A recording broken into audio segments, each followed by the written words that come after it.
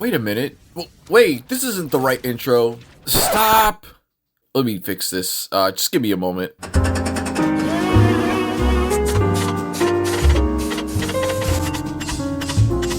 There we go. That's what we like to see. Alright. Anyway, on with the show.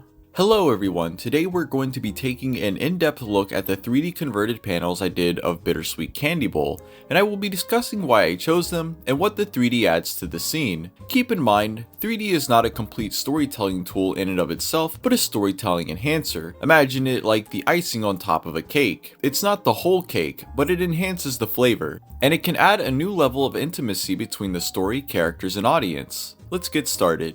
First, I want to explain a few 3D terms so that we're all on the same page. Negative space, or negative parallax, refers to anything coming out of the screen towards the audience. This is the pop-out effect you see in 3D. Subsequently, positive space, or positive parallax, refers to any objects going behind the screen. Z-axis refers to the axis in which the images can come in or out of the screen. Horizontal and vertical are referred to X and Y respectively, and the Z-axis is the third dimension. Volume refers to how round an object is. The images we're about to see are merely flat shapes cut out and pushed along the Z-axis. It will not have any volume to them. Think of 3D volume like a balloon. The more air you put into the balloon, the more volume it has and the fuller it looks. If you want to learn more about volume and how camera distance can affect that, please refer to my 3D interaxial and volume demonstration videos. They will be linked in the description. Depth map refers to a grayscale paint of a 2D image that allows for volume to be added. The screen plane is the area on the Z-axis that is the screen itself. The screen you are watching this on is the screen plane. Think of it as 0 on the Z-axis. During this, I would encourage you to close one eye to compare the original 2D image to what it looks like in 3D. The first image here doesn't really have much to do with the storytelling. It was my first test to see if it would be possible to convert the comic, and it ended up being successful. However, you can see the black borders around the different shapes, and this was due to me not filling in the backgrounds. I wouldn't learn to do this for the next several images, so bear with me. The character, Daisy, is coming out into negative space as she speaks to her friends. The speech bubble is on the screen plane, and the bushes and sky are pushed into the back. Not much here story-wise, but it seemed like a simple panel to do on a first test, and it was very successful. This next image has a bit more going on. Mike and Lucy are hanging off a crumbled path over a raging river which is very far below them. Sadly, due to my inexperience, I didn't give Mike or Lucy any form of depth to show them dangling back into the screen, but I was able to push the cliff face and river far below them while keeping Mike and Lucy at the screen plane. The text bubble is coming out into negative space as Mike is yelling to his friends to help him up. Adding this coming out of the screen adds a level of projection to his voice, heightening the urgency of the situation. The deepness of the 3D with the river below also shows just how high up they are. I think with a bit of work, I could finagle up a depth map for this one to make the 3D look better. This panel shows Lucy talking to her friend Daisy, who's looking for Mike to return his textbook. Lucy's the dominant one in the scene, not wanting to speak to her about Mike. Her no is brought out into negative space to make more of an impact at her annoyance. Lucy herself is in negative space while Daisy is in positive space, as though Lucy is trying to escape the screen to get away from her altogether. This panel,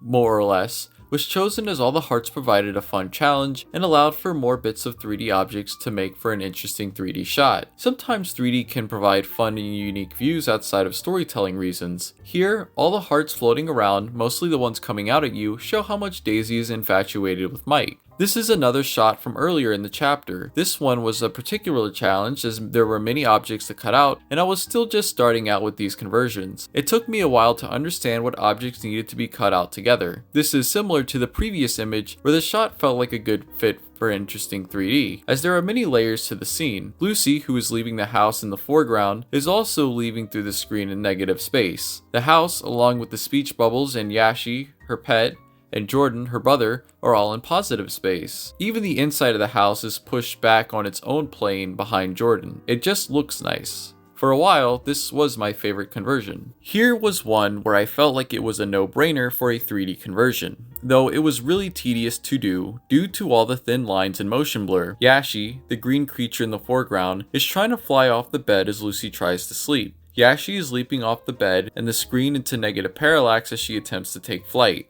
The fan is given a little bit of negative parallax as it is a distance from the bed. An important thing for converting images to 3D is making sure that all objects are spatially in the right place on the z-axis. These next few images were chosen as they were easy to convert and would provide interesting looking 3D views of the comic. The first one of Mike laughing at Yashi sees Yashi in negative space looking up at him in positive space. Her "what" speech bubble also coming out to punctuate her frustration. Here, Mike and Lucy are playing a video game. The framing of this is as though the reader is behind them looking over their shoulders or in between them on the couch they are sitting on. I kept this idea in mind and put both of them in negative space as they are closer to the reader this way as they would be if the reader was actually in that scene. The TV is in positive space, though closer than what it would seem in real life to keep the focus of the shot relevant. Here Lucy notices snow outside when she wakes up. This scene has several layers, which is why I chose to convert it. This scene is very similar to the last, but I brought Lucy further out into negative parallax to punctuate the look of surprise horror on her face as she learns that, despite the snow, schools are still open. Bringing the characters closer to the audience on the z-axis is useful for many reasons, as we will see, but mostly for the intimacy between the viewer and the character, closing the distance between the two and blending the storytelling into the real world. The shot here sees Mike and Lucy walking away from their friend David on the way to school. This is just another pleasing 3D shot with the dynamic duo walking away into positive space from their friend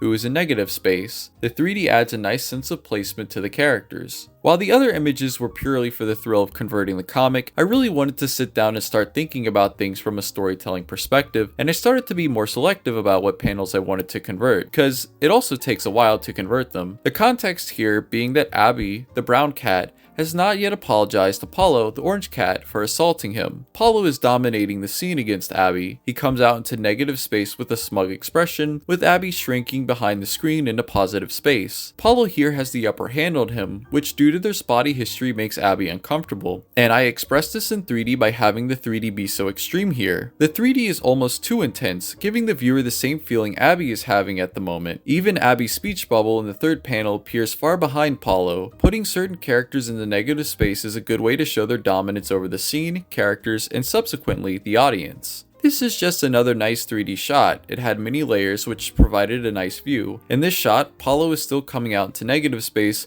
though this is more due to him being closer to where the camera would be. Paulo invited Daisy out to see a movie, who interpreted his intentions as him asking her out on a date. However, that is shattered when Paulo's friend David pops into the shot to greet her. This was an interesting one to convert, as while David is the dominant one in the scene, he is also behind the other two. I counterbalanced this by bringing his greeting into negative space, while Daisy and Paulo remain at the screen plane. This way, he can still be making an impact in 3D while still being behind the foreground characters. This chapter saw Daisy and Paulo going to a convention. This is one of my favorites, and it was also very time consuming to convert, but the end result was worth it. Daisy, in her excitement, bursts out of the screen as she looks around, with Paulo behind her on the screen plane, followed by the crowd which takes up different layers, then the trees and banner, the buildings, and finally the sky. It was a lot of work. However, the 3D further puts Daisy's excitement into the foreground and closer to the reader. This panel, dubbed "This Is My Curse" due to its similarities to a shot at the end of Sam Raimi's first Spider-Man film, sees Mike sadly walking down the sidewalk past Lucy. He is walking out into negative space as Lucy stands behind him worried in positive space. This is a very cinematic shot, and one thing Tashi has gotten good at is atmosphere and mood. The rest of the world is pushed back far behind them on the z-axis, giving the two characters the spotlight. This next series of panels was an obvious one. I mean, Lucy is literally reaching outside the box in this first panel. Lucy is reaching out for Mike in negative space, but as she has some inner struggle about whether or not she should help him, she slowly draws back behind the screen, away from him and the reader. Tashi did a good job at showing this in 2D, with Lucy breaking the box,